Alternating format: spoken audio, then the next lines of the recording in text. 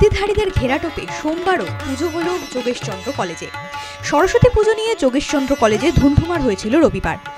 ল কলেজে সরস্বতী পুজোয় বাধা দেওয়ার অভিযোগ উঠেছিল তৃণমূল ছাত্রনেতা সাব্বির আলীর বিরুদ্ধে।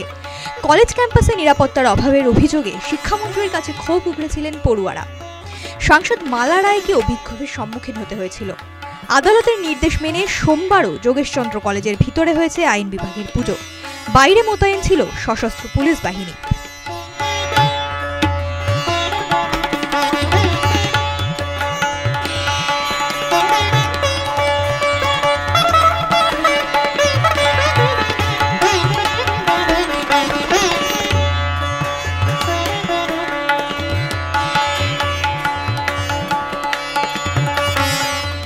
অশান্তি হলেও পুলিশের ঘেরাটোপে হলেও পুজো হয়েছে, এতেই সন্তুষ্ট ল কলেজের পড়ুয়ারা।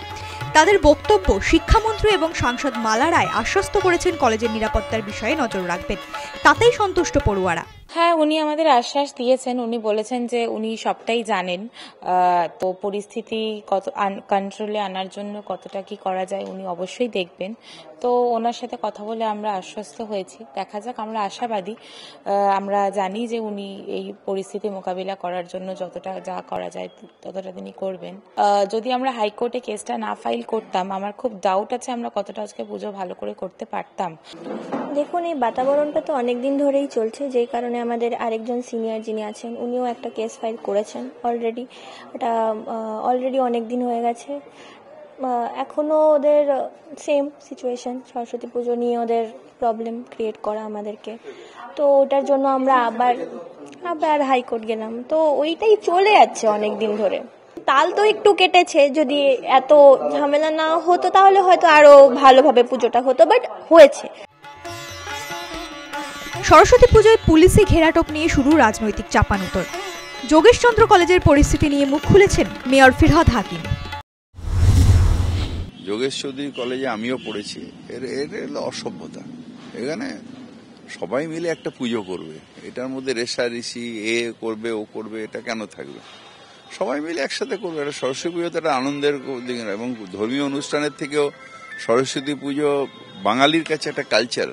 দুর্গা পুজো, সরস্বতী পুজো ধর্মীয় অনুষ্ঠান প্লাস একটা কালচার। যদি স্পেসিফিক হয় তাহলে তো এটা সিরিয়াস, এবং ওকে এফআইআর করে সাথে অ্যারেস্টের ব্যবস্থা করা যায়। কারণ এগুলো আজকাল আমি দেখেছি এগুলো ফ্যাশন হয়ে দাঁড়িয়েছে। এই যে থ্রেট করা, বলা, এই ধরনের মনোবৃত্তি আসবে কেন? আমাদের বাংলার কালচার হচ্ছে মহিলাদের আমরা দেবী হিসেবে দেখি। মেয়রের বক্তব্যকে কটাক্ষ করেছেন বিরোধী দলনেতা শুভেন্দু অধিকারী। আপনার কলকাতার মেয়র আরেক মন্ত্রী, তিনিও অনেক বড় বড় ভাষণ দেন।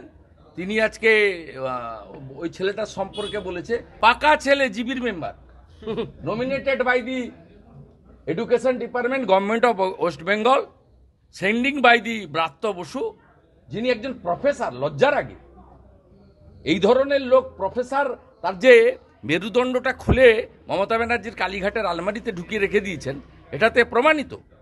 আর মমতা ব্যানার্জি নিজে দায়িত্ব এড়িয়ে যেতে পারেন না, কারণ তার সরকার এই সাবির আলীকে গভর্নমেন্ট নমিনি করেছে। সরস্বতী পুজো এই ধরনের পুলিশি নিরাপত্তা বা পুলিশি প্রহরা যা একেবারেই নজিরবিহীন। তবে কোথাও গিয়ে কলকাতা হাইকোর্টের নির্দেশে এই পুলিশি নিরাপত্তা থাকার কারণেই কিছুটা আশ্বস্ত পড়ুয়ারা, এমনটাই তারা জানাচ্ছেন, এবং যে কারণে তারা আপাতভাবে অন্তত সরস্বতী পুজোটা করতে পেরেছেন, এমনটাই তারা জানাচ্ছেন। সব মিলিয়ে যোগেশচন্দ্র চৌধুরী কলেজে সরস্বতী পুজো, এবারের সরস্বতী পুজো পুলিশি নিরাপত্তার মধ্যে দিয়েই করতে হলো পড়ুয়াদের। ক্যামেরা শ্রীকান্তর সঙ্গে মৌমিতা মিত্র, নিউজ 4 কলকাতা।